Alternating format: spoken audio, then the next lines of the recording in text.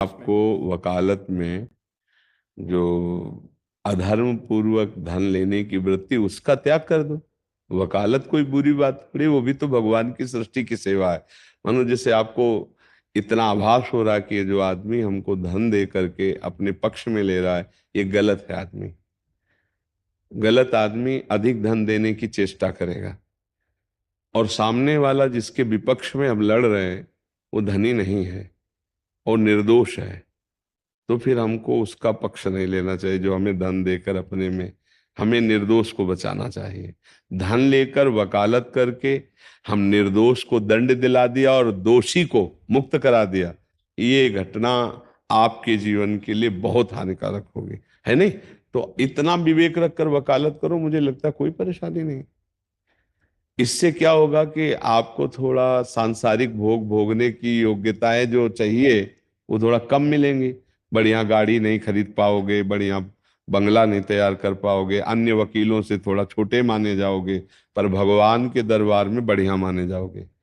संसार में अधर्माचरण करके बड़ा होना कोई बड़ी बात नहीं है। थोड़े दिन की चांदनी है, फिर शरीर ही छूट जाएगा तो तुम्हारा बैंक बैलेंस, गाड़ी तुम्हारे साथ थोड़ी जाएगी।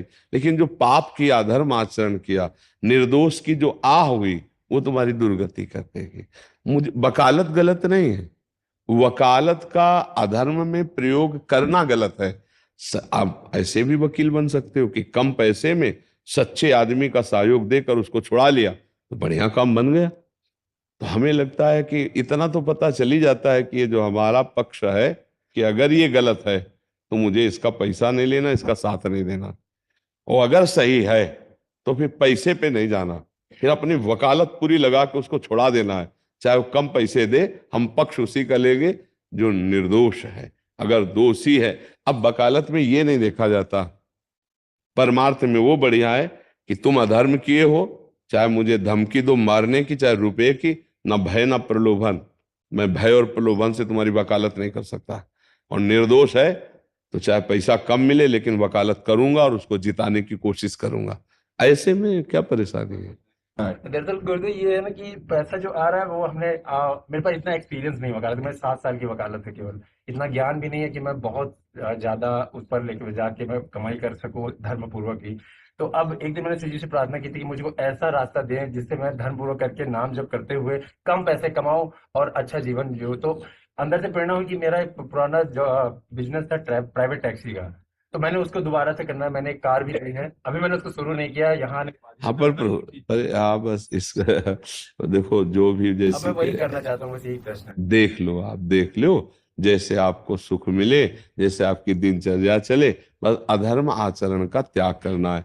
धन बढ़े तो दूसरों के सुख में लगाओ। वो कभी किसी गरीब की बेटी के ब्याह में लगा दो, कभी किसी बीमार के शरीर में लगा दो, कभी भूखे को भोजन। बहुत अपने भारत में ऐसी अव्यवस्थाएं हैं जहां धन लग सकता है। धन आना कोई बुरी बात नहीं, पर गलत ढंग से ना आए, और उसे एक अच्छे ढंग से कमाओ और अच्छों की सेवा में लगा दो। डर लगता है अष्टयाम सेवा छूट जाएगी। नहीं, नहीं, अष्टयाम सेवा प्रगट में जो हो रही, और समाज की भी सेवा अष्टयाम में सम्मिलित हो जाती है। अर्थ आ जाए तो उसको सही दिशा में लगाने के लिए बहुत से सच्चे मार्ग हैं। अपने को क्या लोग परेशान है कि अर्थ आ जाए, और तुम परेशान हो अर्थ बहुत आ रहा है, हम क्या करें? ऐसा कहोगे लुट जाओगे, लोग तो नजर कर लेंगे कि इसके पास कितने आ रहे हैं। ले अच्छे से चलो, नाम जप करो, जो प्रेरणा हो उसके अनुसार चलो।